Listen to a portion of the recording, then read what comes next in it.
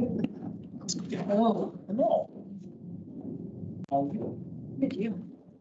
I don't want to go. 5:30, are we ready? No.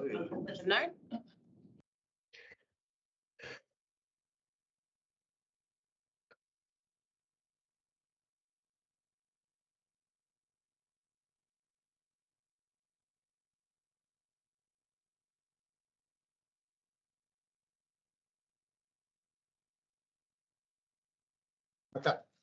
Well, good evening, everyone. I remind councillors and all those present that your image and what you say may be broadcast live to the public, so please be mindful of your actions and your comments. You should avoid making statements that might defame or offend, and note the recording of this meeting will be retained online and in council's archives. Please turn off your mobile phones or switch them to silent. Filming and photography are not permitted in the meeting. Anyone observed to be filming may be asked to leave. I now declare the meeting open at 5:30 and welcome everyone. A request has been received from Councillors Walsh, Castles and Stanton to attend this meeting by audio-visual link in accordance with clause 6.21 of the Code of Meeting Practice. Therefore, I move that they be permitted to join the meeting by audio-visual means. Is there a seconder? Councillor Merlin. Any discussion? Any debate? All those in favour, please raise your hand. And the councillors on the screen can raise their hands if they wish, of course. That's unanimous. Thank you. I declare that carried. So warm welcome to everyone in attendance tonight and those watching along at home. We acknowledge the traditional custodians of the land on which we live, work and play. We pay our respects to Darkinjung country and elders past and present. We recognise the continued connection to these lands and waterways and extend this acknowledgement to the homelands and stories of those who also call this place home. We recognise our future leaders and the shared responsibility to care for and protect our place and people. I note there are no apologies. So I'll now ask committee members to declare any conflict of interest. I'm not going to go through all the items. Does anyone have a conflict? I don't have a conflict. Merlin, Councillor Smith? Nothing to declare. Anyone on the screen have conflicts? No, Nothing to declare. nothing to declare. Nothing Thank to declare. All right, I'll note that there has been no declarations. Okay, we'll now go on to exception. So I'll go through the ones one by one, and if you want to debate it, please call it out. Miss the minutes? No, it's the first item, 1.4. That's okay, I'm happy to be. Corrected to work. Okay, so item 1.4. Right, we can do that by exception. I'll come back to them and make sure we've got them right. 1.5 Mountain Road, I think we want to discuss that. Yeah. 1.6 Overland Flood Study. Yeah. Do that one, all right. 1.7 DA Improvement Program. I think we probably want to do that one. I think we've got a presentation on that. 1.8 Review of Water and Sewer Recycled. Yeah, what's going on here? Yes. I don't think so. Yes. Yes. I think we should. It's a matter for yourself, Councillor Castle, but it is just a rejigging, a few word changes to an existing policy. Is it? Yeah, Yes. I did read it. If others feel that it doesn't need to be included, I'm happy to stand by that and not include it and have it by exception. If everybody else is happy with it, that's fine. It's going on exhibition, isn't Yes. it? Yeah. Okay. Okay. I think there's nobody else thinks it needs to be discussed. Okay, that's fine. State significant, I think that will need discussion. 110 planning proposal statistics. Yes. Councillor Walsh, was that? Sorry, Councillor Eaton. Yes, I did say yes. There's been a bit of media stuff around that as well, so I think it might be worthwhile looking at. What's that one or the next one? So that one, Councillor Walsh, is the rezonings. The next one is the DA statistics. Maybe that one you may. Actually, both. I'm going to say please include both. No problem.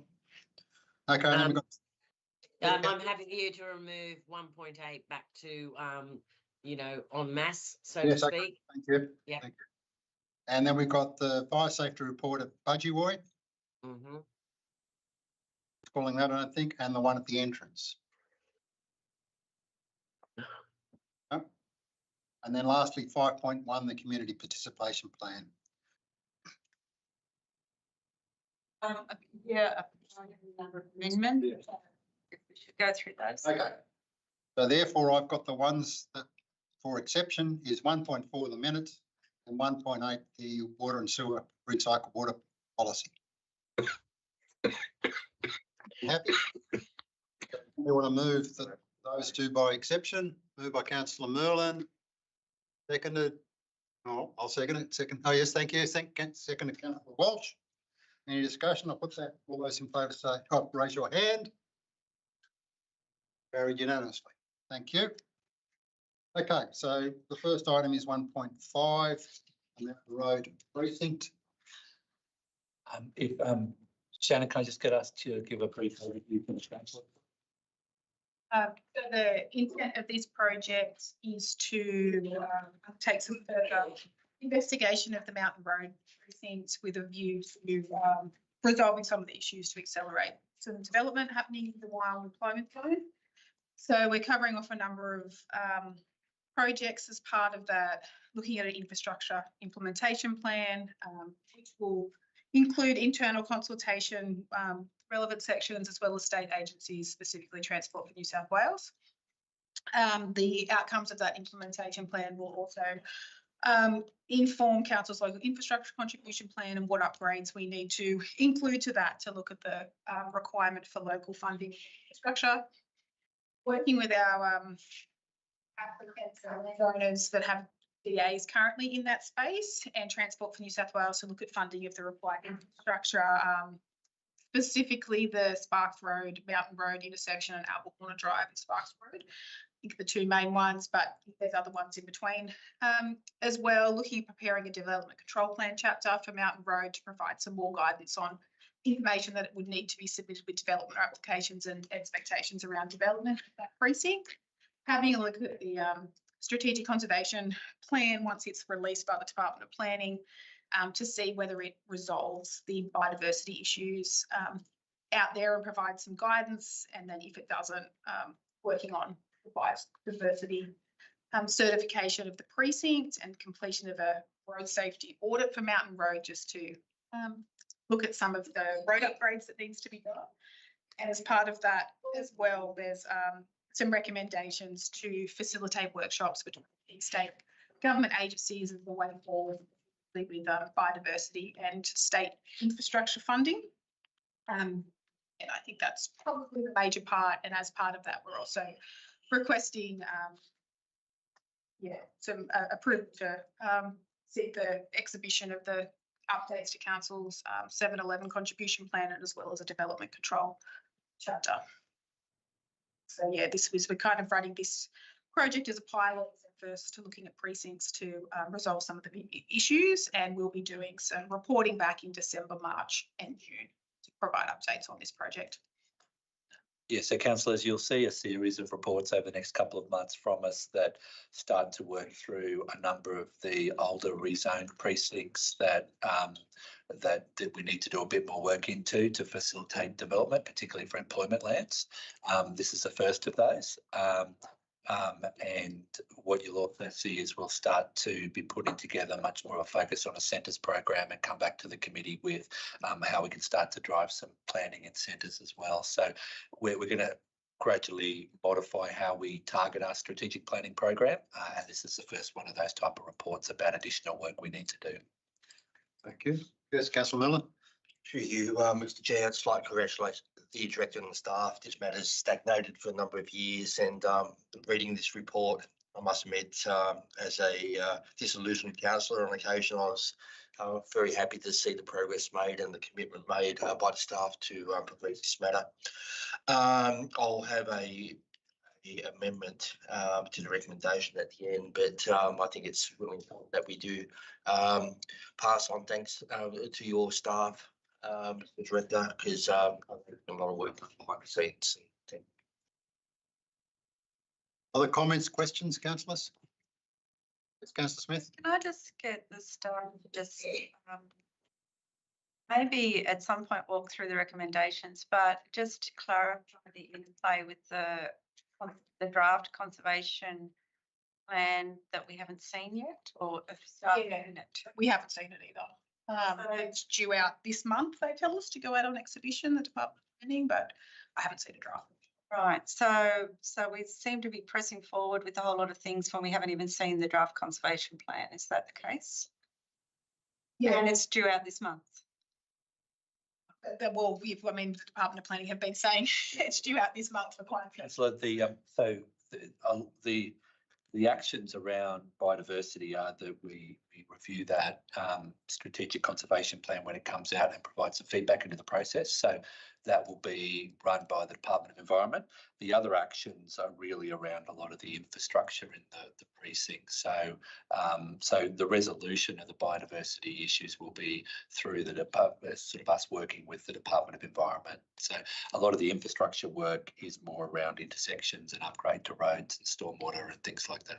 All right, could you just talk to point 4 then in the recommendation, please? Just Yeah, so that's, I guess, kind of if the strategic conservation plan doesn't provide a lot of information on how that would work in the wild employment zone and the precinct and the Mountain Road precinct, but then we discuss the biocertification process with state government as a way of sorting out what land is developed, what isn't, and getting some outcomes through that. So I could probably add a bit on that if you like. So at the moment there's a number of DAs that are trying to solve biodiversity on a site-by-site basis where council has either refused them or raised biodiversity issues. The certification process for the whole precinct by the department is a preference to resolve the issues, but we're not saying what the answer to that resolution is, but there's a lot of landholders who are wanting to resolve the issue of biodiversity with the Environment Department. So we're saying we could facilitate that process. It would still be up to the Department of Environment about what lands were then certified. okay. And look, I get the biocertification process, and yes, it should have been done years ago to provide some certainty, but what does not provide a suitable outcome mean? What's the suitable outcome? I think we're just not sure. The conversations we've had about the draft plan is we're just not entirely sure what areas are in and what areas are not. So I think whether or not it actually covers the wild employment zone, and it may, or if it doesn't, then we'll need to facilitate that workshop with landers and between the state government to come up with their own bias certification process. But at the moment, we actually don't have enough information. I'll come to Councillor Stanton next. Sorry, I just want to finish my train of thought, if that's okay, Chair. Well, she's been waiting for quite a while and you've had 3 questions, but yes, last one, Councillor Smith. So I'll come back to you at the end. I'm not saying whack another chance. sorry. Okay, so go now. So in terms of any workshop, and I suppose I'd want to ensure that there were other stakeholders represented in workshops. At the moment, we've just got agency and landowners, so it would be good to have some environmental experts at any workshop as well. Is that possible? Councillor, our ecologists would be participating, as well as our planning staff. And from the Environment Department, they'll have specialist staff working on the conservation plans. So there will be a lot of expertise involved in the discussion. The other bit I want to mention is that the actual biodiversity conservation plan asked landholders to participate and nominate their land as well. So when we're looking at that last comment, which is not provide a suitable outcome. We're probably more envisaging if all the lands in the precinct haven't been considered, that we may need to do some biodiversity work ourselves, as if it's not included in the state's process so far. All right, thank you. Councillor Stan. Thank you.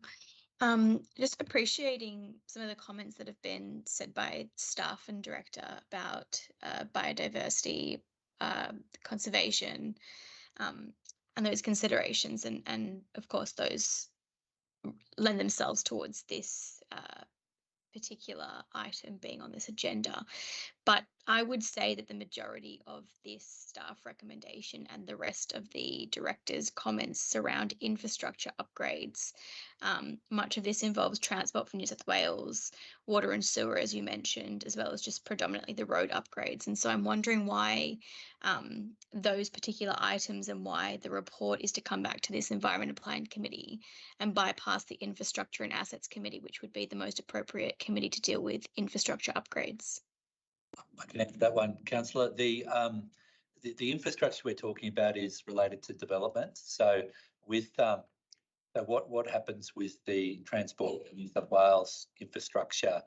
It's a number of intersections on their roads, and what we do as part of development is when development applications occur, we negotiate agreements for landholders to pay for or contribute to those intersections. So that's the main piece of work that's going on here. So it's actually part of our development assessment function. We don't provide that infrastructure. The other bit that it does deal with is we prepare the contribution plans, and those contribution plans are prepared by the strategic planning team for contributions that developers make to local infrastructure, and that's also part of our sort of development and planning function. So they're the two things. It's not this isn't related to council's broader assets and infrastructure program that council would deliver itself. So just to clarify then on that case, you've mentioned that the infrastructure upgrades are landowner and landholder funded, I suppose, because the council is just facilitating that process. Is council funding any of the infrastructure upgrades proposed within this? No, this would be either through a contribution on development. They get it as part of their development consent. They pay either a financial contribution, or they would do works in kind for different elements. And yeah, the other one is for the Transport for New South Wales. The landholders would contribute to part funding the intersection, and then Transport would actually deliver the intersection. So yeah, none that we'd actually deliver ourselves. Okay, thanks so much. Councillor Walsh, you had your hand up before. Are you happy now? I am happy now, Doug. I am happy. Thank you. Good. All right. I had a couple of questions myself. So just wondering, coming back to the biocertification, my recollection is that it was meant to be, the WES was all meant to be biocertified like 15 years ago. So presumably that didn't happen. When the rezoning was done by the Department of Planning, they did the Warrnambool Town Centre, but they didn't do the WES. Right. And then I know, I know firsthand that there's a couple of properties, one we're on the executor of, another one at group training, where they've got forms just in the last few weeks about wanting to have access to land to do environmental surveys, and that would to me indicate that this stuff is months, if not years away. We've had from the Department of Planning is that work should and inform the final document, but we don't have any other. Have written to landowners recently seeking permission to go out on their land. And one was at Dawson and one was at Warrnambool, roughly. So I mean, it's not as though that was just one area. So the department said it's on exhibition on what date? We don't know what date. They've just been saying September. Saying September, but yeah, we have no guarantee from of that. that time. Yeah. All right, that's my questions. Any other questions or debate? Otherwise, do we have a motion? Recommendations on page 18 and 19. Councillor Millen, you wanted to move a slight variation? Yeah, slight variation. the recommendations are comprehensive, but we've got some briefing recommendations here. I think should ask for Transport for New South Wales to also provide a briefing. Their Central Coast plans out at the moment, and it'd be really interesting to see how Mountain Road fits in with their vision over the next few years, especially in regards to funding. So, through you, Mr. Chair, I would recommend that there's a small amendment 2.9. Recommends that Council request the Chief Executive Officer to write to Transport New South Wales and Department of Planning and Housing and Infrastructure requesting urgent funding and acceleration of a solution to the state funding issues in the Mountain Road precinct, and a briefing to this committee. Bringing up Councillor Stanton's point, we could possibly look, Councillor Stanton, you're the chair of the Infrastructure Committee. We could try and sort of have some sort of combined briefing. Would that would probably be more appropriate, wouldn't it? I think that would be good. I'm happy with that, Mr. Chair. So just add to the environment, to this committee and to the Infrastructure Committee in a combined. Infrastructure committees? Yes. I was going to say, well, that makes sense anyway. All right, is there a seconder for that? Councillor Stanton or Castles. Councillor Castle? Councillor Stanton, I think, was first. Yeah. A long way of waiting up. Okay, is there any discussion, any debate? No, if not, I'll put it. All those in favour? Councillor Stanton, Councillor Castles, Councillor Walsh, Councillor Miller, Councillor Eaton, against Councillor Smith. Or is abstaining? Abstaining. Still recorded. Let's see the conservation. It's a vote against. Anyway, I declared it carried. 1.6, yeah. I'm going to say, why are you guys still here? The 1.6 has been removed as part of the exception. 1.7 is the DA improvement program, and I think we've got a briefing on this. Yes.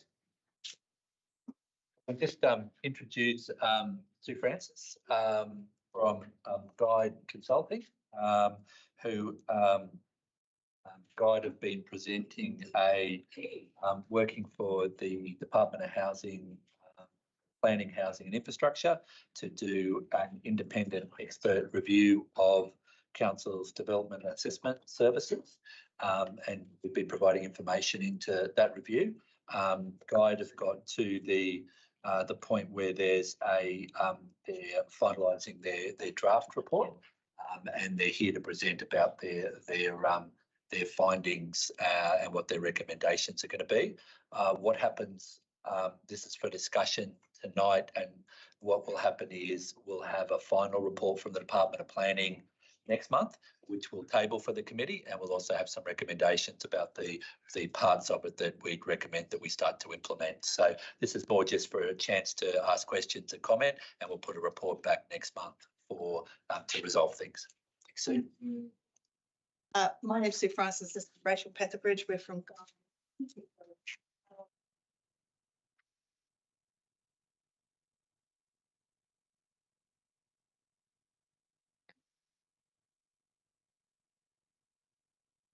There we go. That's it. Now, just further to that, engaged by the department. It's a limited brief that we've had for the department. It's not been a year-long, been a 4-week process.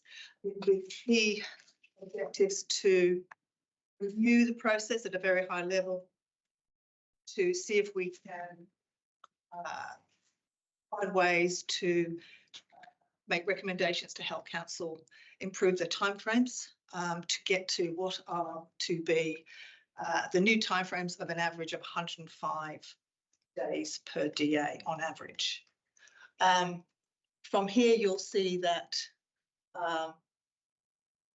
we fully acknowledge there have been challenges, and there's been a lot of work being done on council and staff of dealing with those challenges.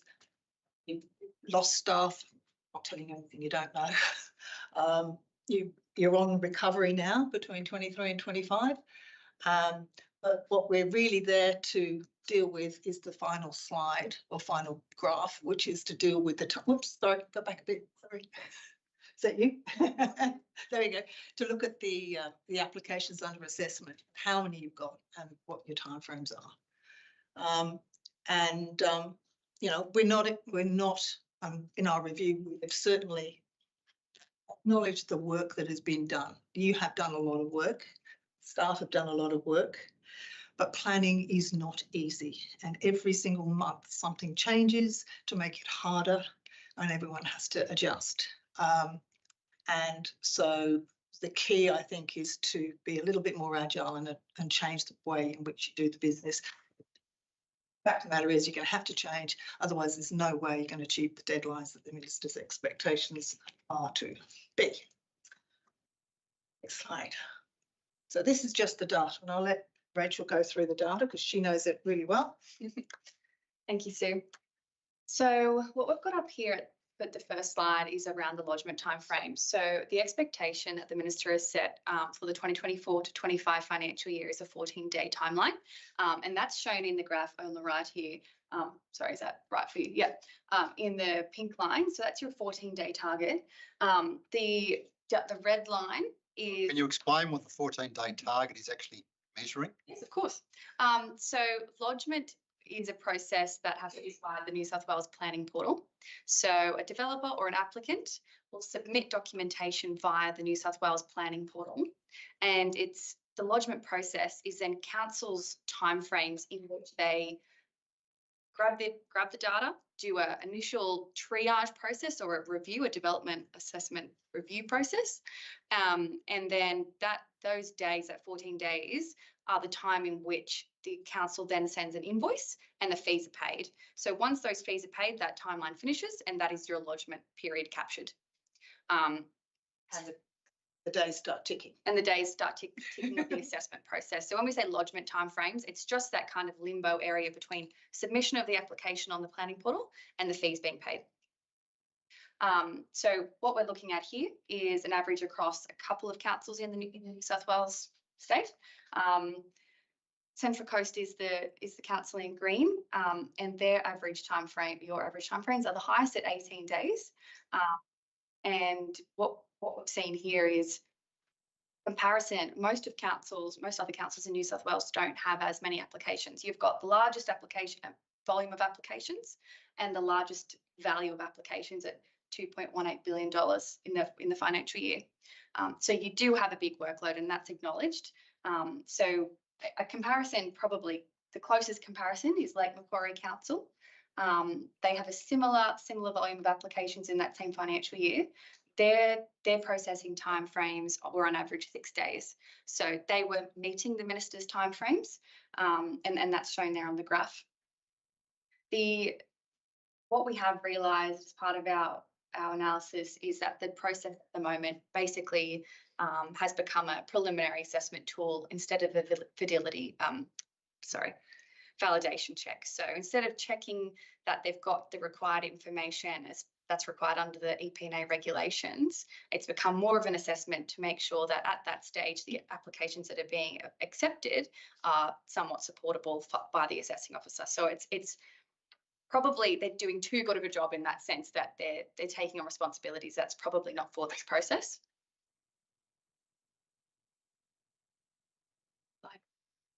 The clicker's not working. No, there you are. So this next graph has a lot of information in it. This was prepared by the data and analytics team in-house at our firm, and it's pulled straight from New South Wales planning portal. So this is data that's available publicly. What we can see here is the green line is the number of applications lodged over those months. So it starts in July 2021 and goes all the way to July 2025. So what you've got here is the number of applications lodged, and the black line is the number of applications assessed. During the periods of time that have happened over these 4 years, you've had a number of situations that have occurred outside of your control. And what that has seen is a backlog of applications starting to have collected. And that's just showing in the graph here that the number of applications lodged versus assessed has almost every month been a higher number of lodged than assessed. And then Determined, we mean. determined, yeah. And that then, there's some anomalies to that, but that has a flow-on effect. What this graph also shows you is the expected lodgement days, which is this line here, versus the lodgement days that are actually occurring in the green line. And your assessment days are in red. What you'll see around up here is that it has been actually a steady incline in those 4-year period. Around this time, particularly here in the last 6 months, the Development Assessment Unit has had a bit of a priority of getting out the applications that are older than 12 months. So those determination days are going to be the applications with big timeframes on them. And that's why that data is quite high there, because things that were potentially lodged here are now being determined up here. And that's You've got a bit of a spike. Yeah. Now that the team is resourced properly for the first time in 6 years, we do expect to see that that take a drop, which in July has gone way down. So that is a good sign. Is this both complying and non-complying development? It's just development. Just development applications, not complying development applications. Oh, Right. okay. No CDCs. No They're all on top of this, and that's we didn't measure the CDCs, but it is a workload on top of DAs for certain areas of council. So what we've done here is an analysis of resourcing and workload. So this was a graph on the table here shows data from the New South Wales Planning Portal again. So this is applications lodged in the 2024 to 25 financial year, approximate assessment staff across different councils, and then the average number of development applications per officer for that financial year. Now that the team is resourced, which has, it's been 6 years since that has been the case, the council staff, assessment staff, is sitting at a relatively comparable number with other councils. So that's looking good. It's a good figure. What that means is Central Coast Council on average will have 34 applications per assessing officer per year, which is a relatively healthy statistic, and similar to peer councils. Output distribution across the teams, the building assessment and certification team are handling 65% of applications. That's internal data that we received. That means that they've got approximately 75 applications per officer per year. In the residential team, that figure is 24 applications per year. And in the employment and urban release team, that's 17 applications per year. And that is just a one financial year data grab. That could change if we grabbed different years, and that is also reflective of that 44 number. But we know that a lot of employment and resourcing, that has been a priority over the last 6 months for the Development Assessment Unit. So that probably doesn't reflect completely accurate results, but that's a good starting point now for us to know that this is what you're looking at in terms of your staffing, your resourcing, and your workloads. Assessment times. This is a residential snapshot because our data analysis works around housing accord. Standard dwelling houses are currently taking between 119 to 157 days, which is quite a lot longer than the standard target of between 20 and 60 days. Medium density housing has an average time frame of 414 days, and shop top housing 663 days. Again, this data does reflect the determinations that were applications over 12 months old, but those timeframes do need to come down to 105. So there's a fair bit of distance between that and the target. Based on the data analysis, we have created 30 recommendations broken up into 5 categories, and I'll hand over to Sue to talk through those. And we're not going through those because there's way too many. So we're going through about 5 or 6 key things we think you can do. And they're in, so there's 5 key recommendation areas here. So pre-lodgement, we talked about the 18 days. The requirement of the minister is 6 days. At the moment, the staff who do that have got a big team and they're trying to upfront solve all the problems, but it's not at the right time to solve the problems, and it's slowing things down. And then the assessment officers are not doing it. They should be doing it there. So we think there's some time saving that could occur at this point. Critically, if an application fails the positive guidelines, reject it. If not, you see an issue that you think needs to be solved, you refer that on to the officer and highlight what needs to be done. And at the same time, undertake all the notifications that need to happen, which do happen, and the referrals. One of the things with the referrals is that we don't have any KPIs, or you don't have any KPIs in relation to the referrals. So you need to have some KPIs so that whoever is getting the referral, whether it's the engineers, whether it's the ecology, whether it's whoever it is, has a time frame within which to work. We made some recommendations about 14 days. That's across councils, 21 days if it's a particularly complex matter, but 14 days should be what they're aiming for, and they should be measured. They should be a performance criteria across the organisation. Identified that we have complicated and lengthy templates for most things. They need to be simplified. They seem to be written with those templates and formats to cover any possible worst case scenario. All that does is slow the process down. For example, we identified that your pre-DA form is 88 pages long. Now, within that, you're going to miss everything because it's way too big. And ultimately, someone who comes for a pre-DA really just wants to know what the issues are going to be in very clear, simple terms, whether that's a professional applicant or whether it's a mum and dad coming in. They just want to know what the key issues are. There are a lot of things in planning that you could write a long list about what does or doesn't stack up. Some things are really not important for that, a little bit here and a little bit there, but they just want to know the key issues and they want to understand what they'll need to do, how long it will take, and what are the issues that they need to address. That doesn't take much.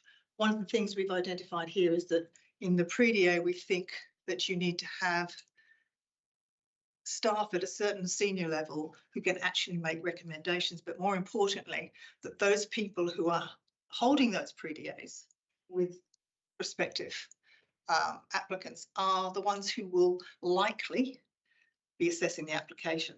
There's no point in me in a pre-DA saying, do this. And then Rachel, when she gets the application, doesn't know or read or have a different view. The applicant does not want that. That is the most frustrating thing. You spent a lot of money to get your application in, and then someone tells you something else. Just before you move on, just with KPIs with the pre-launchment, there's a lot of concern about how long it takes the minutes to come out from those meetings too. Anecdotally, it can take weeks and weeks and weeks. Yeah, so can the... That's what happens when you've got 80 do that. Try and be kind. But if there's a recommendation around a KPI to get those minutes, while it's fresh in everybody's mind, both parties, I think that's... Look, pre-DAs, there are many ways to skin this cat. There are many ways that you can consider doing it. I mean, at the moment, any Teams meeting you have is recorded. There's your minutes. Excuse me, Councillor Castles. Yes, thank you, Chair. I'm just sort of looking at the recommendations here, and it strikes me that it is quite possible that some of the issues that tend to come to us as councillors, even though obviously we have no role in determining DAs, etc., quite a lot of the issues that come to us with people sort of, basically very frustrated are possibly partly a result of not having these kind of processes in place that you're recommending. So I think across the board it's going to could make a big difference into some of those contacts that we get constantly from the community. I'm not saying they're always they're always valid, but the fact is they're valid for the person themselves because they usually haven't understood the process, and that's what I've certainly can sort of share from my perspective over the last sort of 9 months of being involved as a councillor with Central Coast Council. And it's no criticism of the staff, it's simply the processes seem to be creating some of these barriers. Absolutely. It is a very complicated process. I don't want to in any way suggest that we should be throwing the baby out with the bathwater and doing things quicker for the sake of doing things quicker. We've just got to get to the appropriate level of assessment for the appropriate type of application in front of you. And not all applications are the same and need the same level of scrutiny, simply put. So along all of this, you've got a common theme, which is your templates. Again, I have an awful feeling that, and I think I'm right in saying, that the Department of Planning might have assisted you with some of your templates.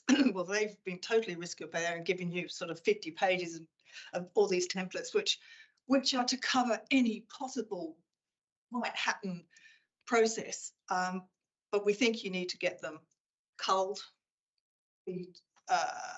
relative to the nature of the projects and the applications that you're dealing with, the mum and dad alts and ads, which really just fall out of CDCs. We talked about, you mentioned CDC before. A lot of the stuff that you get in the building BAU team, is that what you call it? BAC team, sorry. Everyone calls everything something different in every council. They deal with a very large amount of applications, but a lot of them are just probably just falling foul of a CDC because of something like acid sulfate, it might be just on the edge of a flooding area. Those don't make them any more difficult in terms of determining the alterations that they're being proposed or house. You just need to make sure you hit them out of a CDC. So we think there's some positive gains that can be done there. They, strangely enough, have the longest report. We assessed, or rather Rachel did, the 100 last determined applications, the longest work from the building on BAC team. Just, It's bizarre. just picking up that point, I mean, my view is that we should actually be looking at, say, if it's an acid sulfate, amending our rules about CDCs. And if they're things like that, say, no, you can still do it as CDC, we just have to amend our rules. Fortunately, they're not local government rules. Yes, they are. CDC project is covered by the state. Yeah, but we can do it through the LAP and part Schedule 5 of the LAP. You can indeed. You can add your own unique provisions for CDC if you wish to do so. Absolutely. And those are available. A lot of them are literally planning layers that knock out the CDC, such as the acid sulfate. Well, you're not going to do it for everything, of course. No, exactly. So yes, you can do that. That's one option. I will say that we found out today, actually, that, you know, your same building team that deals with the vast volume of 65% of the applications, I think, also have about 2,000 CDCs themselves, as well as their application, as well as all the other work they do. So, you know, these officers do not just deal with DAs, they deal with a lot of other things. So in terms of stronger validation and triaging, so there's a pre-lodgement. So, guys, and I want to stress, to implement this, it needs support at all levels. So it's already been raised that councillors get calls. Of course you do. You need to support any change in this process. So to get to the 105 days, it means you have to get tough at the front. So if the information that's required legitimately to assess the application is not there, the recommendation is that the application is rejected. Then it comes back when it's ready. And when it's ready, then the time starts clicking forward. If you receive the application and try and sort it out afterwards, which is a genuine attempt to assist, it just means your numbers blow out and you may never get there. And you're constantly chasing this information. So, but that being said, if you have a really good pre-DA session, the documentation should be right. So I think it's two parts as well. So yes, we need to expect really good quality applications, but we need to assist a number of developers to get there. How you assist, there are many ways you do that. You do that through meetings, you do that through your website, you do that for documentation that goes out to the community, explaining to them. And actually, one of the things that I want to encourage all the assessment officers to do is to meet the applicants, either in person or online by Teams meetings, instead of sending them 5-page letters. That tells them everything that's wrong with their application. Meet them and say, look, the real reason this is a problem is because of X, Y. If you fix that, these things are not a problem, I can condition them. Those sorts of meetings might take 45 minutes, but that letter that you would have spent 3 days writing and then another half day editing it, so much time saved. And you get the information across much easier. People understand what it is that need to do. And applicants prefer to talk to you. They don't want to get a long letter. And that goes to the professional applicants as well as the mums and dads who don't understand what they read anyway, because it's too complicated. Quoting them a DCP provision does not help them understand that they need to be lower, further away or smaller.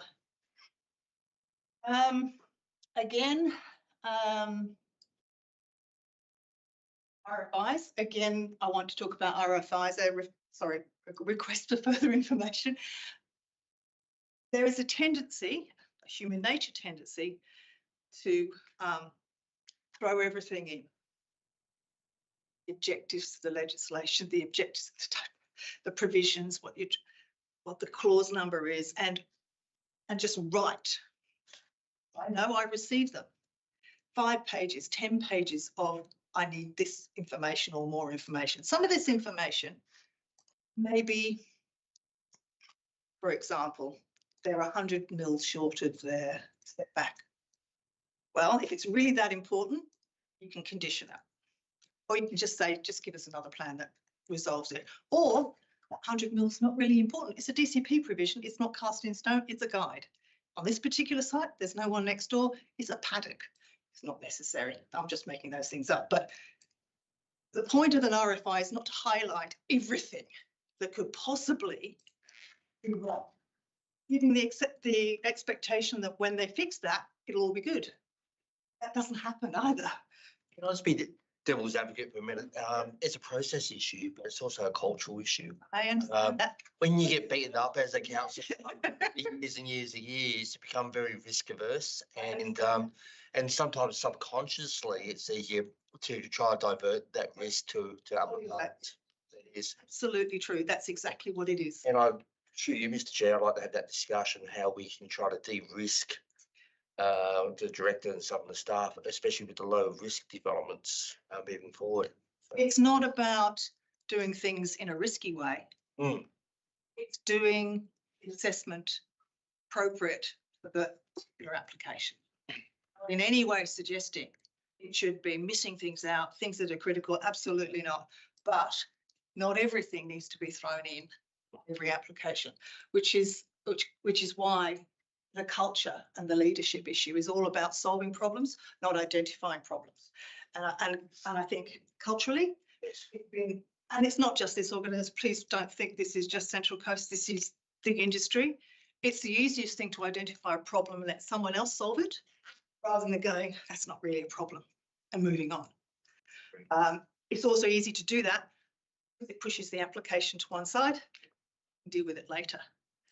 That gives a very false expectation to someone who, there's a couple of responses when you get a 5-10 page RFI with everything thrown in. One is the applicant throws it away, gets really cross and picks up the phone to you. They think they don't understand what's relatively important out of that document because everything is equally identified without any priority. The last thing is, forget it, I'm just going to go and appeal. That doesn't help anyone either because we looked at your appeals, pretty much all of them are resolved. By that, I mean, you've written your statement of facts and contentions exactly like you've written your RFI, and when you come to sit in a court room or in a Section 34 conference, you go, oh, no, it really wasn't that important, was it? No, I'm not worried about that now. Absolutely. Okay. And that is insanely cost efficient, time efficient, and just doesn't make sense. So my view is only write down something that is determinative. So our suggestion is you have your RFIs in 3 categories. Determinative stuff, things that, seriously guys, you don't fix this, it's not going anywhere. I need a bit more information in this. I can condition this. Keep it simple. 2 pages, 3 pages, much less. We've also wanted to be specific in terms of your structure. The moment, and I know you're half and half, you've changed, you have been area-based, you have been subject-based, but given the size of the LGA, and given, you know, you've got to go from a site visit from here to here, you know, Rachel's got one application here and she's got another one there, that's half the day gone just to go and see those sites. Go to geographical. Within the geographical team have different levels of experience in the team, and you get to do a range of applications. That means that no one gets bored with just doing houses or Wilson ads or townhouses or whatever it is. You get a range, you build up your experience within the team, and you have a much better mentoring role as well. Also then to move to the number of applications. So because there are no KPIs, referrals or any applications, so what we have is, I think as Rachel identified, the lion's share of the applications come from the BAC. They do about 65% and they do about 75 per person per year, as I said, on top of which they'll do all the other things, the CDCs and things. Your assessment teams, your 2 assessment teams do between 2 or 1.4 per person per month.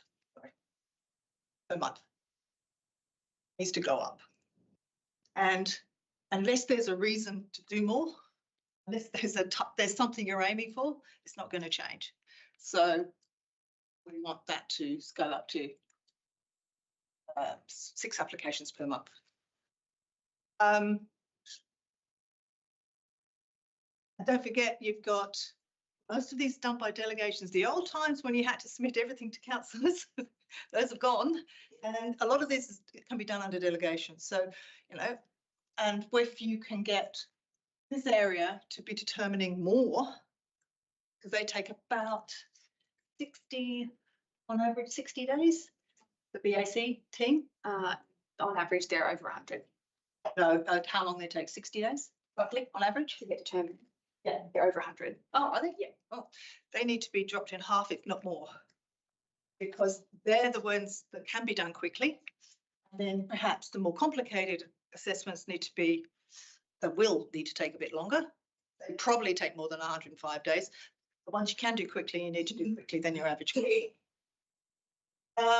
The culture, we've talked about that. It needs to be solution orientated culture, in my mind. You've got to find solutions to these applications. Gone are the days where we say, these are the controls, go away and do it. You have to explain the culture to people, the process to people, to make them understand what the issues are and why they're important. And it's got to be a solution orientated process. It's also got to be all the parties involved in the process. That's not just the assessment officer, that's the engineers, the ecologists, the landscapers, the council have all got to be part of the process to be solution orientated and support the process. So this is very interesting, but we are running out. I know you are, and I think I only had 50 minutes, so please shut me up. It's all there. The report, can I just say, the report is in draft. The report is in draft. It will be finalised when the department's happy with the format, not so much the recommendations. These are draft recommendations, but there's nothing untoward about them. Okay. Thank you. Yep. Councillor Smith. Thank you. There's a lot of good stuff in what you say. What's the process? So you're doing a report to the department, and does council respond to that report? I mean, yeah, I don't Councillor, need to get into a discussion now. that's all right. We've got the briefing tonight to ask questions of the authors. We've got given a copy of the report yesterday. The staff are just checking for giving any feedback on any incorrect information in there and giving that back to the department. And they've told us that over this month they'll finalise that report and give us the final draft.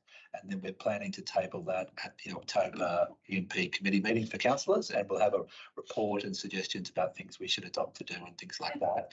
The department then want us council to resolve about what it's doing and go back and confirm for the department what we're going to do to meet the ministerial requirements. Okay, thank you. Communication plan. Yes, Councillor Milne. Thinking along the same lines, some good news there. I think the community would be really appreciative that we've gone through this review. The potential missing piece will be going back to the community and let them know what we've found and what we're planning to do. We got a developer forum planned on the 30th of October. If it's coming back to E&P committee in October, early October, if the director's comfortable, I think at least a summary to go to that forum, because I think there is good work. It'll start building confidence back in the community. And even if we don't have all the answers at that stage, I think a initial piece of feedback will give the community hope that they've been listened to and that council's responding accordingly. As far as I understand it, councillors, there's an implementation plan that I think council has to do to then endorse it and make the department happy so the minister can sort of a wonderful press release. So councillor, yes, we'll put it to the E&P committee in October, which will make the report public, so that'll be publicly available, and then we'll share it with industry as well and be able to use it at that workshop. Well, we'll then go to the council meeting in October too, which would still be before the forum. Yeah, It's good timing, October.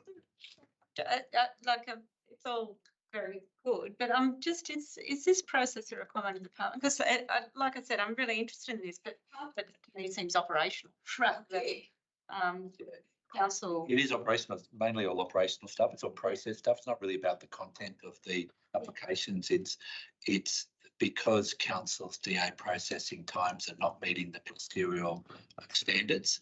We've been required to go through. That's part of planning requirements. Yes, it is a requirement. Okay. Look, I mean, improvement's always good, but yeah. right, thank you. Thank you. Any other questions, councillors? Ones online? That's all right. The recommendations on page. We have a mover? Seconder, moved by councillor Merlick, seconded by councillor Castles. Any further discussion? I'll put it, all those in favour, raise your hand. Unanimous, thank you. Now, councillors, I stuffed up, I've made a mistake. 1.6, Mr. Loder's left now. I didn't pick it up. So there's one of two things. If it's only to go on exhibition. If we're happy, we can move it, move the motion to put it on exhibition. If you're not happy, obviously I'll defer it till the next committee meeting. If you, councillor, I've got the, we could go a quick 5-minute overview if you like for this one. This is I think carry on. I think councillor Castles, councillor Walsh, you wanted to have this one? This is the review of water and sewer recycling. Yeah. Oh, yeah. I thought you'd done that in the blog. No, I got confused. We did 1 point. We did the wood. We did the sewer one in the block. 1.6, Summer's being carried on about. It's 1.6, the flood study.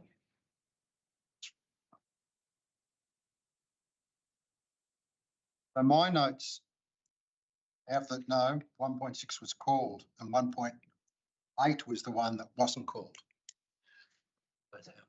Oh, I thought it was called and then withdrawn. I'm not sure. That's what I'm trying to clarify, if you like. I think it was withdrawn, councillor Castles. Does anyone want 1.6, which is the Summersby and Carry On catchments overline flood? Not, we'll just get it moved and seconded. Yeah, I'd like to make an amendment to it. Right, so go ahead, councillor Stan. Just simply in addition to the recommendation that the report that's listed later, it's not actually in the recommendation, but the background notes mention that the report will come back to this committee. I think the report should come to the newly formed subcommittee, which is the Coastal Floodplain Estuary Committee, because that will be the appropriate committee for flood studies. Yep, that's fine. So one will be the recommendation that placed on public exhibition, and two, that the results of the commission of the exhibition be reported to the Yeah. Street. I'm having to second that. Yes. It's Summersby and Carry On, is it? Yes, well, it is the planning committee, is my understanding. It's the whole of the coast. No objection. Moved by councillor Stanton, second by councillor Merlin. Councillor Walsh, you seconding it as well? Yeah, I'm happy to second. We've got 2 seconds, that's okay. Any discussion on that? If not, I'll put all those in favour. Carried unanimously, thank you. Well done, good speech. Okay, so 1.8 we did do by exception. Yeah. Which puts us on to 1.9. The state significant applications. And just by way of background, councillors, I asked the director to start reporting on these. And so that's why the report's here. And I was, somewhat surprised that there were so many of them and thought it was really good that it's now coming before the committee. And as I think one of them says, as the committee, we can actually make submissions, if we wish, of course, to the State Department of Planning if we want to on any of these applications. Councillor Castles. Yes, thank you, Chair. And I was pleased to see the update on these state significant developments as well. I just have a couple of questions which perhaps can be clarified. There was 2 that particularly stood out in my mind when I looked at them, partly because I've been, enmeshed in the saga of Ashton Avenue, the entrance, for some time in terms of community contact, etc., regarding the basically dilapidated, shocking state of that whole street with houses sitting there that are an absolute derelict and broken, and there's all sorts of other things going on. So I was interested to see the 23 to 25 Ashton Avenue, the entrance being actually within this, which of course is the, I believe, and Director perhaps can confirm this for me, that is the site that was basically provided as part of Council's affordable housing strategy to Pacific Link Housing at a very minimal cost during administration as our contribution. Where are we up to with that altogether? If I could ask through you, Chair, to the actual director. Yeah, I can confirm that, yes, councillor, that is the land that council made available. When you mean where it's up to, where the application's up to for Pacific? Yes, basically, yeah. May I ask the DA manager to just talk about that one? So this particular site's been recognised as state significant through the Housing Delivery Authority. So basically was essentially called up as a state significant site. It's essentially at the Sears stage. Sorry, complicated planning jargon.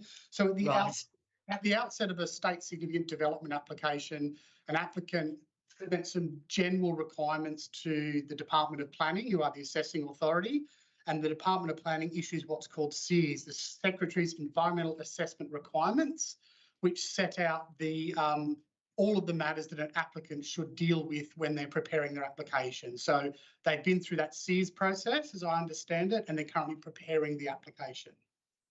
Okay, thank you. I much appreciate that. And one more question, which was in regards to the UON state significant development at 305 Man Street, Gosford. So is that, I'm just sort of was thinking, that is actually, is it, again, pardon my ignorance on this, I'm assuming that is up the end of Man Street where the new university building is currently, getting towards completion, because I believe it's going to be able to take students next year. Is that what we're talking about here? It mentions student accommodation and, student services, the sorts of things we would expect with the university. Am I in the right spot in Man Street? And again, if there's any extra info we could be provided, that would be extremely helpful. Through you, Mr. Chair, that significant applications, we often don't get too involved in the detail, but that is the site of the university campus that's currently under construction. And that application, according to my colleague next to me, is a minor modification application to change roof plant and the roof form of that building. It won't, Okay. won't change the overall building height or structure, just some minor modifications. Okay, thank you. So it's not sort of an extra one. It's not that not being critical if it was, but it's not extra. It's actually some modifications to what is currently basically there. That's correct, is it? Through your chair, yes, that's how I understand it. Is it's a modification of that building that's must be approaching the latter stage of construction at the moment. Yeah, great. Thank you very much for that clarification. Councillor Walsh, and just before I come to you, I did ask the director in future reports to just give a little bit more detail on each of these because yes, I mean those are the sort of obvious questions that as Councillor Castles, that I'm sure all the committee would like to know. So, Councillor Walsh. Thank you, Mr. Chair. So I'm actually still confused about this one. Sorry about that, because the papers refer to the construction of a 13-storey building within stage 2. So the building that we see that UON has progressed with there in Man Street looks really very spectacular. That's stage 1. It's just confusing the way this is written, that this particular DA is about a new building when you were just talking about it being sort of like an extension of what's already there. So is it actually an additional building? Just having a look. So they've got 2 applications in. So the one that Andrew was just talking about is the minor modification to their building. Got another one in.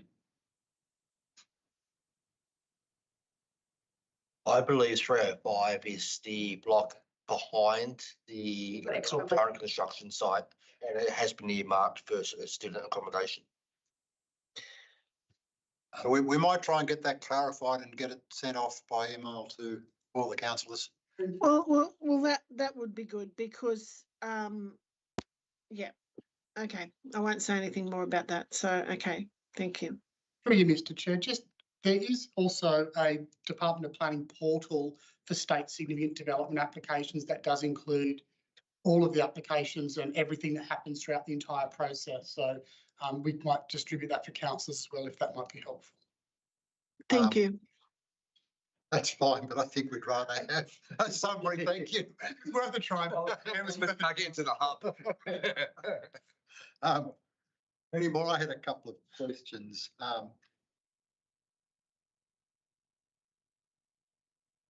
There's a number of large developments at Gosford, and I think we're already aware that when all these developments come through, we're going to have traffic issues.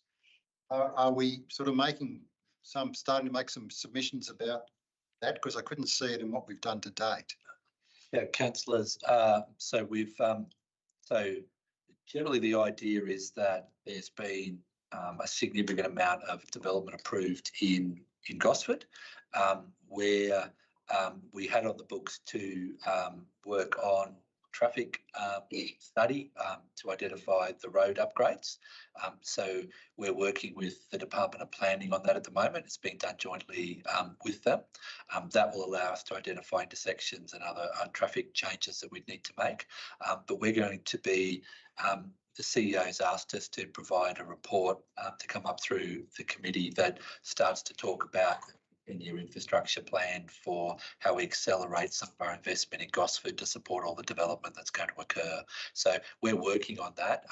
It probably is another sort of month away before we'll be able to get something, but that'll be a report that'll come through. I'm not sure which committee, but it'll come through to talk about how we accelerate some of the construction works that we need to do. Thank you. Woolworths Distribution Centre, the expansion of that. See the notice its assessment, but I thought it was gone. Yeah, I thought it had been refused because of environmental issues. It says it's under assessment. We're just taking it off their website. We don't know. But, yeah. So we can follow that one up, but they don't give us a lot of information. Certainly my view would be if it's still live, the committee and maybe it's the Economic Development Committee would might want to do a submission in favour of. Potentially. Or if we can get the detail. Councillor, I'm happy to find out more detail about that one. And if it hasn't been, if it's still under assessment, we can see how we can make a submission. And the other, so I might send through some others which you're not going to know now, but what is some is to be drilled mud and oily water recycling. And I'm not suggesting anyone's going to know. So. What we'll do, councillor, for next time, we'll provide, they provide a little bit larger summary. We'll put in the bigger summary for them. And we're happy to follow up on any particular ones you're interested in and see if we can get some more information. But the other one I would like to make a submission on, which agrees with the council submission, is about the St Peter's School and the Third eye. No, the St Peter's the school, but it's the traffic issue and using the rear lane access. So I'm not sure if the other members of the committee has seen the response that's in the attachments, but effectively, and while I'm talking, Mr. Roach, do you want to sort of explain the issue? Because I would like the committee, if they're still filled, to like echo the submission. As I understand it, and I haven't looked into it in great detail, the applicant at pre-development application workshops with council staff was asked to provide an access out to a main road, and then when the application came in, the applicant sought to not provide the access in that location, but rather through an area that would be essentially a minor residential road. And the council's engineering staff had raised some concern with that proposed access in the long term, especially given that we know that these schools often start off relatively small but can grow to school populations of, 1,500 or 2,000 students over time. An ILU. What's an ILU? Learning union, isn't it? There's 3 multi-storey ILU buildings. Independent learning unit would be Thank my you. best. Right, that could be Integrated. integrated. Could be integrated. This is planning, it could be anything. But it is a school, so, Yeah, need to be followed up for that. but it's anyway, don't worry. That's a good time. That's the last one on the attachments. It actually says that this committee might want to make a submission on it. So it's the councillor, it's the bottom on page 43. New Eileen O'Connor School, which is at the rear of the existing St Peter's Catholic High School, with the proposed access to come in from very small residential streets at the back. So just to clarify, Mr. Chair, so when you say the committee makes a submission, we're asking the staff to make a submission? Yes, but I mean, we'd need a resolution if we want to do it, of the committee, that's all. Nice The staff have made one. Would we? We'd need a resolution of council. Well, this would go from here to council, yes. If I suggest if councillors want to identify any that they'd like us to make a submission, we would then prepare a report and put it to the committee and then to council about making the report. Yeah. Since this is the first time it's come, I'm happy to leave it till the next Yeah. meeting, and everyone needs to have another look at that. And by then we'll have more information too. And I think in those instances, I'd probably like a presentation from the staff on the actual proposal, if that's appropriate, rather than just reading a report. What it's just, councillors, we maybe at the next one we'll provide more information about when the exhibition period is and when we can submit. And then if you wanted to identify one that you wanted to submit, we come back and with a presentation and report when we've investigated it a bit. Right, we happy with that? All right, Yeah. well, the recommendation there on page 41, just to receive and note the information. By councillor Merlin, seconded by councillor Smith. Further debate? I'll put it. All those in favour? Carried unanimously. 110, planning proposal. So these are the rezonings. I think councillor Castles, you wanted to discuss this one? Yeah. I probably did, but I can't quite remember why I did at the moment. Sorry, I blame my illness. It might have at the been moment. councillor Walsh. I might be I'm wrong. not very well, and she's as bad as me, unfortunately, with illness at the moment.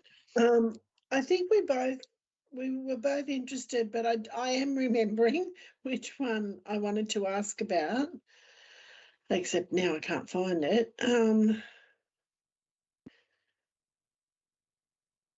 It'd be helpful if it actually got onto 1.10. I'm sorry. Page 50. Yes, I know, but I was busy looking at 1.9, which wasn't helpful. So RZ1, oh no, sorry, RZ3 2023, through you, Mr. Chair, to the director, could you clarify where that actually is? Most of the other proposals have a location and description attached to them. This one just says reclassification of council-owned land community to operational. Through you, Chair, that since this report was drafted and now too, that's actually been finalised through the private Department of Planning. It was a reclassification of about 13 sites across the local government area, which included sites at Summerland Point. The bowling club. Yeah, the bowling club, that one, a slither of land next to the old Gosford Council building. There was a list that went out. We could send you some more information. But It's already gone through council. We already voted on it. Yeah. It went through council about 14 months ago, but it took the Department of Planning quite a long time to finalise. It was recently though, it was in the newsletter, the council report. Oh, my apologies. In there, and there was a list of sites that went with it. It's just that, yeah, the Department of Planning took an excessive long time to do their finalisation at the end. That's why it's just come up now. Okay. Okay, so I guess I would just like to ask if that, recognising that this is very late in the game for this particular one, I think that what I'd like to ask is that around those types of proposals that there's more information that clarifies that, because for me, I couldn't easily link that to anything in particular, I couldn't go back and look at decisions that have already been made. I mean, I could under the proposal number, but not while I've been unwell, sorry. Yeah, so it would be helpful if there was more clarification, just more description around what that is, because that's a pretty huge one. I'm thinking anyway, and even having the notes updated in terms of the finalisation and so forth would have been helpful as well. So, but thank you, thanks so much. Okay, any other questions or debate? The recommendation is there to just note the report. Moved by councillor Merlin, seconded by councillor Smith. What are all those in favour? Carried unanimously. 111. The DAs. Follows on from the presentation, I guess. Questions on this? I think now it was either councillor Castles or councillor Walsh who wanted this one too. I think Councillor Walsh and I are both sort of slightly delirious with being ill at the moment, and we can't quite work out what we're doing. This might have been about the fact that some unflattering statistics were published today. Yeah. In terms of our assessment times. Yeah, I think that was what it was. Yeah. But it seems from I listening did actually want to to ask something specific and I to can't our, remember. our speakers tonight that, Mm. things, there are some obviously plans in place, not saying there haven't been before, but plans in place to improve the situation without cutting corners, which of course is also the important thing. I mean, too much red tape is one thing, but cutting corners is obviously not a good idea. And I know our presenters tonight made that very clear too. So, I mean, really at this stage, we're simply noting these statistics. I guess as a committee, we just need to keep being mindful of it and keep an eye on sort of what's going on here so that we don't sort of suddenly find ourselves slipping back into the, oh, I didn't notice that. And, there's a reason possibly that something has perhaps, started to slip back the other way. I just want to make sure that we're really on top of this. And I think coming to this committee every month is really important. Yeah, Councillor, Council's put in the last year a lot of additional funding into development assessment, and that's allowed recruitment of sort of 20 staff vacancies. So that's been the first step. What you're seeing in these other reports is how we then improve the processing and the processes to speed up and fast track DAs to make development happen efficiently. This is how this next step, and that will be how we make the sort of next leap. But we've got more staff now. We just need to operate more efficiently with what we've got. Through Mr. Chair, just to the director. We had a bump in July for development applications under assessment. Is that just seasonal, or was there? Let's go, Mr. Roach. Yeah. Through you, Mr. Chair, it is essentially seasonal. So what tends to happen is that at the end of the financial year, a lot of consultants will seek to finish their work and invoice their work to their clients. And we receive those applications in June, and we then get a big bump in July. And to give you some quick stats, I sort of anticipated this might be a question. In the 6 months between January and June, we took an average of 160 applications per month, which is about average. And then in July, we took 217, so an extra 50 or 60 applications, if my maths is roughly right. And then to put that into context, so normally 160 month, last July we had 241. So each July we tend to get this big bump. Being people lodging stuff at the end of the financial year that hits our system in July.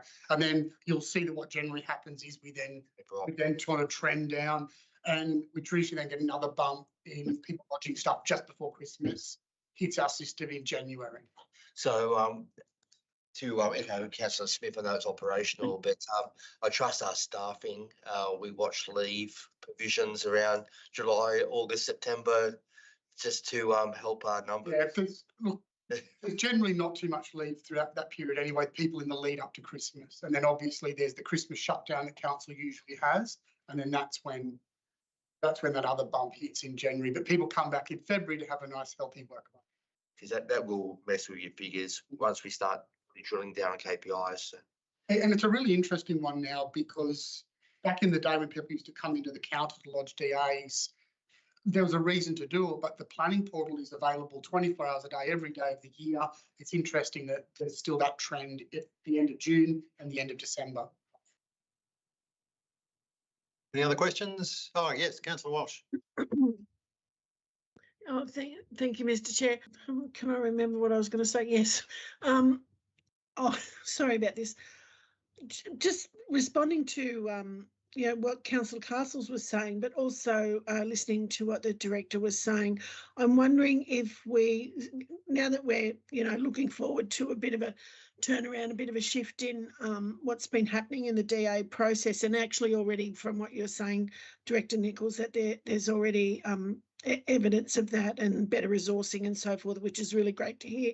But I'm just wondering if we can communicate that better to our community, and that would actually be in return helpful to staff, and even to councillors, because probably for me, top of the list, and it's not like people stop me in the street or whatever, but just generally speaking, anecdotally, the whole DA thing, and we, I'm always saying, well, we actually can't, we don't and can't get involved in DAs, but I'm just wondering if it could be communicated better to our community, so that so that people start to get a sense of the fact that things are moving in the right direction, and moving in the right direction in a good way. So, yeah, that's really all I wanted to say. Thank you. All right. Well, the recommendations there, which is just again to note the report. Happy to move the report. Yeah. Moved by councillor Merland, second by councillor Walsh. Thank you. All those in favour? Unanimously. Again, I think I might have done another boo-boo. Not sure that I actually put into the exception 112 and 113. Did I? We can check. Are these meetings recorded? Have we got councillor Edding making two? Yes, they are. So yes, you've got an acknowledgement of 2 mistakes so far. Discuss my reports. By exception, it was wanted to be discussed. No, I don't have anyone wanting to discuss them, but I don't. But so we got 112. It's got to be moved. That's been needed. Second, I'm happy to second. you, councillor Carstens. Any discussion on that?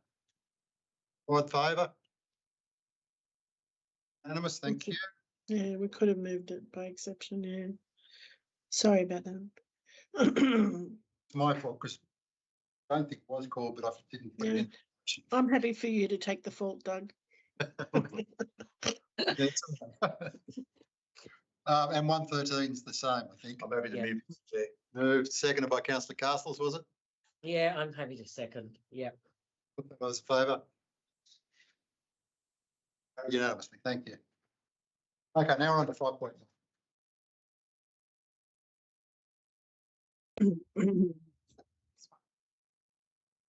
I gotta find this. There was a supplemental report, I'm told. Yeah. Must have- This was deferred from the council. Yeah, but I was looking at that, and it's all got the floating stuff. There it is, right down there.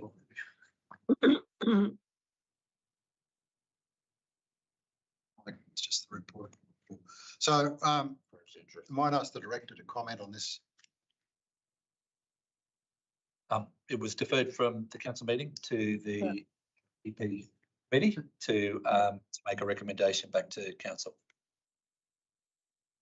And as it sits at the moment, that's the recommendation there. The committee recommends that council adopts the council's participation plan. I move. I think I had some requested changes. Yes. So to get it going, I'll move the recommendation. Second that. But yes, councillor Smith. So can I just go through these at a time, because I think some hopefully are not controversial and other ones may be. So the first change I was suggesting, I think on page 3, and I haven't got the document, I've just got my changes, so I haven't gone through the document. But it required physical notice displayed on site for, I think, one classification of development, and I was requesting that be applicable to the other categories of development, if I've got that right. I should open up the document myself and have a look. Away.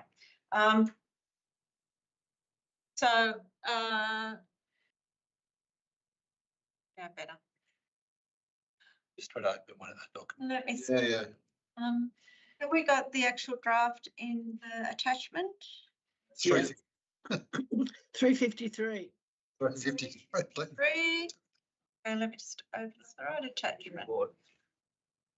Is it in a supplementary or? Yeah, it's in the supplement. Yeah, supplementary.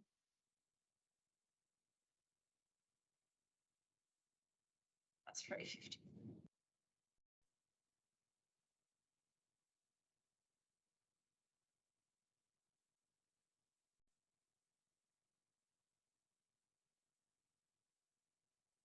I think it was find it.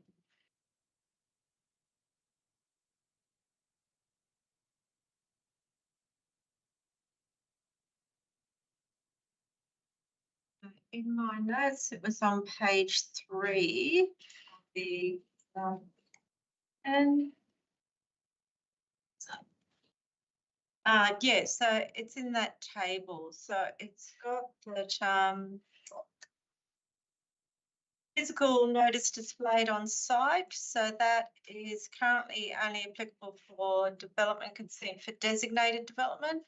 And I think I was asking that to be a requirement for application for development consent other than complying development certificate, the designated development or for state significant development, and also application for modification of development consent that is required to be publicly exhibited by the regulations. So bring that out there. Any comments? Yeah, I'd ask the director to comment on these because I had discussed some of these with. Yeah, so if I'm understanding that it's seeking a physical notice on site, I'll just ask that Andrew, if you could just talk to that one thing. Yeah, could I just ask them clarification through you, Mr. Chair? Is that what you meant for a physical notification for all developments essentially? So I guess just some comments by way of background for consideration of the committee. Affixing site notices was something that was done certainly when I started my career many years ago, it feels like. And over time, with the implementation of things moving online, there's now more of a streamlined notification process. And throughout time, requirements for physical notifications to be placed on site have essentially been watered down.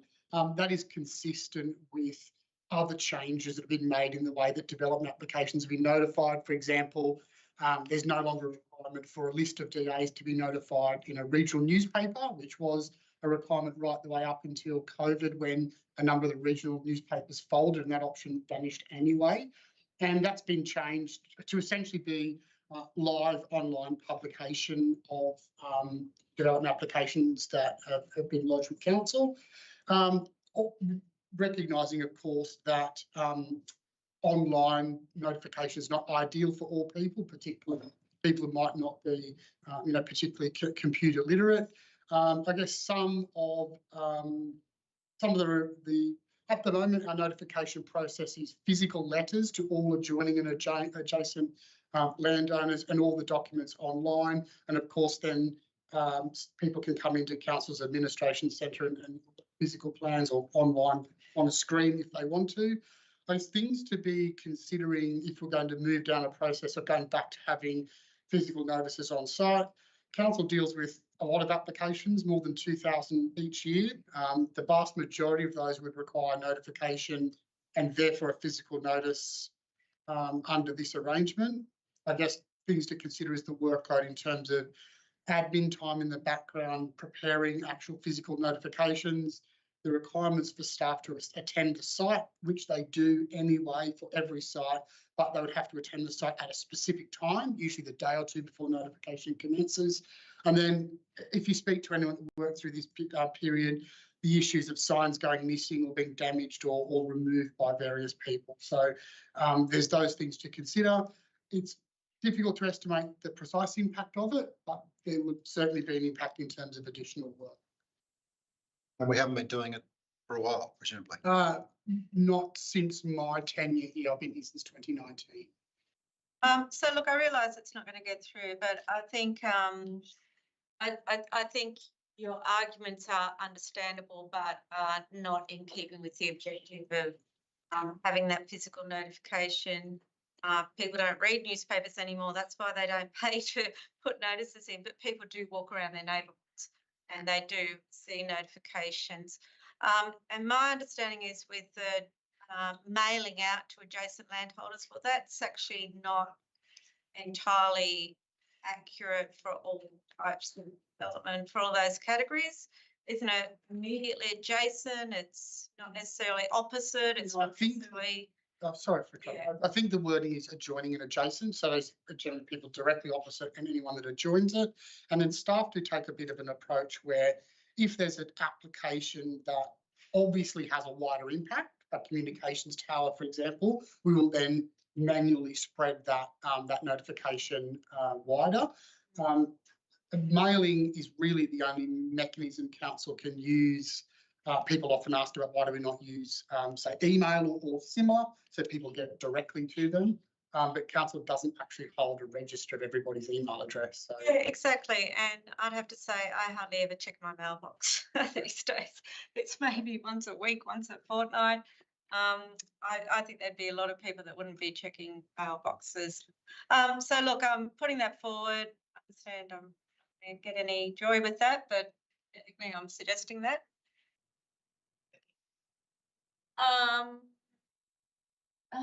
Sorry, the wording that I had, which I will send to you, is that the council, one, require physical notice displayed on site, page 3 for a application for development consent.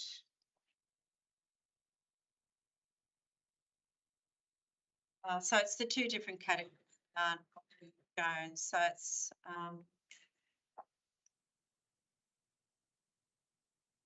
to you for the purpose of the minutes. So Chair, I'll put that forward, just that part, and then the other parts. Have it all together, Councillor Smith. Oh, okay. So sorry, I was going to save the staff having to type it in. So it's application for development consent, brackets, other than for complying development certificate, comma, designated development or the state's significant development. And then the next part is application or modification of development consent that is required to be publicly exhibited by the regulations.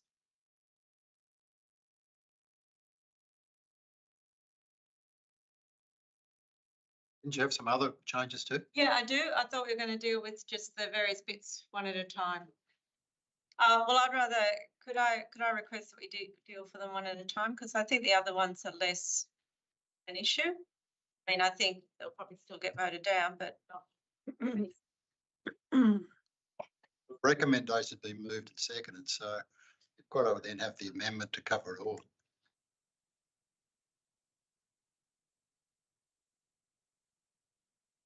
So the second one was page 4, consideration of submissions. So the current community participation plan makes the reference to, sorry, again, I'll need to go and look it up. What did I say?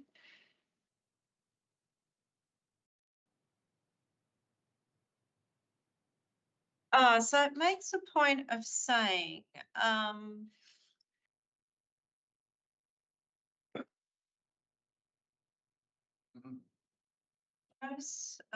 it says consideration.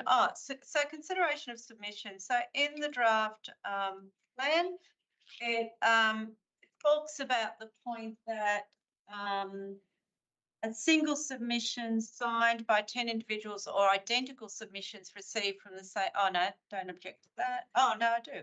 From the same address will be counted as one unique submission. And what I did want to just clarify that submissions raising the same objections are not necessarily the same submission. I think if there is a DA that people object to it, they often object for the same reasons. That doesn't mean 5 submissions saying the same points of objection should be treated as one submission. So maybe staff could clarify how they do treat that. Councillor, there's there's a definition in the ministerial direction for what a unique submission is. Yeah. We use that definition when we're working out how many trigger the local planning panel. So that said, Mr. Rose, do you have the definition? Or? Yeah, the director is correct. There is a, I guess the only time when the number of submissions matters in a legislative sense is to determine whether an application is referred to the local planning panel or not. In any other sense, the submission is not a trigger for the regional planning panel or for any other matter in development applications, although I recognise it might be nice for strategic policy matters for us to have a count of the number of submissions. In the development assessment space, the only time the number of submissions matters is whether a matter goes to the local planning panel. The ministerial directions for the local planning panel actually has a little definition that defines what is a unique submission by way of objection. And I don't know whether it's useful for another council document to start using that terminology just so people don't become confused with it. Although I do agree with the sentiment of Councillor Smith that submissions that raise the same matter would not be dealt with as a single submission. If we got 3 submissions that raised the issue about the tree, that would be counted as 3 submissions as per the definitions in the ministerial direction. And so the other one, and look, I realise these are sort of probably insignificant points in the big scheme because nobody's actually going to read this document, but it has weight in terms of how staff view these things. So the other point I did want to make, and maybe it's not relevant because nobody will read the document, is that it says, I think on page 4 again, that it talks about submissions need to be based on planning grounds in support of objection proposal. And really, for anybody that's reading this document or making a submission on a development application, that term based on planning grounds would suggest that you need to know about planning. Okay, now the EP&A Act, as far as I know, still talks about public interest, and also talks about other things like local character. And so it just seemed to me that that's kind of a bit of a deterrent to anybody that might happen to read that community participation plan in terms of how they might contribute. But I won't worry with that one. And the last point, maybe this one will get up. It says submissions need to be made by 5 p.m. on the date due, and I was just asking that 5 p.m. be midnight, since I assume no staff are going to look at submissions at 5 past 5 p.m. Is there any problem with that? It's up to councillors to decide. We wouldn't have any additional information to add on that last one. Oh, come on, you could say the staff do look at it at 5 past 5 just to make it sound better. Well, if you want, councillor, I'm definitely sure, except there's no one here at midnight. Then it comes in at 1 a.m. in the morning. I mean, I'm not sure. You got to. Through you, Mr. Chair, on item C about the submissions made on planning grounds, I understand what you're saying, Councillor Smith, about the messaging around that being that you need to understand planning.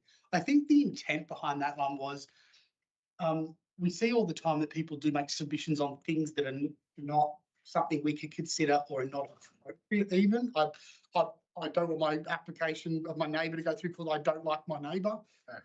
And the idea behind that is it needs to be something that is something we could consider, but there could be alternate words. I would probably argue that the other ones you mentioned around neighbourhood character and stuff would be planning grounds, but I don't see a reason you could say need to be planning grounds or related to neighbourhood character or amenity or something like that. But I don't think the intent was to try and scare people from making submissions, but rather stop people making submissions on things that are sometimes inappropriate. Is it in the public interest to learn? Correct, it is. Yeah. Yeah.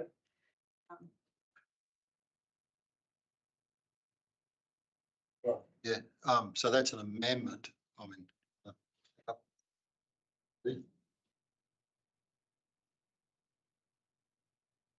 No, I really don't care, but it is standard business practice to say 5 p.m. Anyhow, all right. So is there a seconder for the amendment? Yes, Councillor Castles is seconding. Thank you. You need to speak to it anymore, Councillor Smith? I think I've spoken. Councillor Castles? Look, I think Councillor Smith's made some very good points here, and feel that from my point of view, it's in the community's interest to actually be the seconder to this amendment. So I'll just leave that there. Okay, all right, I'll put the amendment being councillor Smith's. All those in favour, please raise your hand. Councillor Castles, Councillor Welsh, Councillor Smith. Against, Councillor Owen, Councillor Eaton, Councillor Stanton. I'll use my casting vote. The amendment is lost. I'll now put the motion being the recommendation. In favour, please raise your hand. Councillor Millen, Councillor Eaton, Councillor Stanton. Against, Councillor Smith, Councillor Welsh, Councillor Castles. I declare the motion carried. And I think that's the end of the meeting, isn't it? I declare the meeting. I don't think so. Declare the meeting closed. Thank you all for your attendance. Thank you. Good night, everybody. Good night. Learn a lot.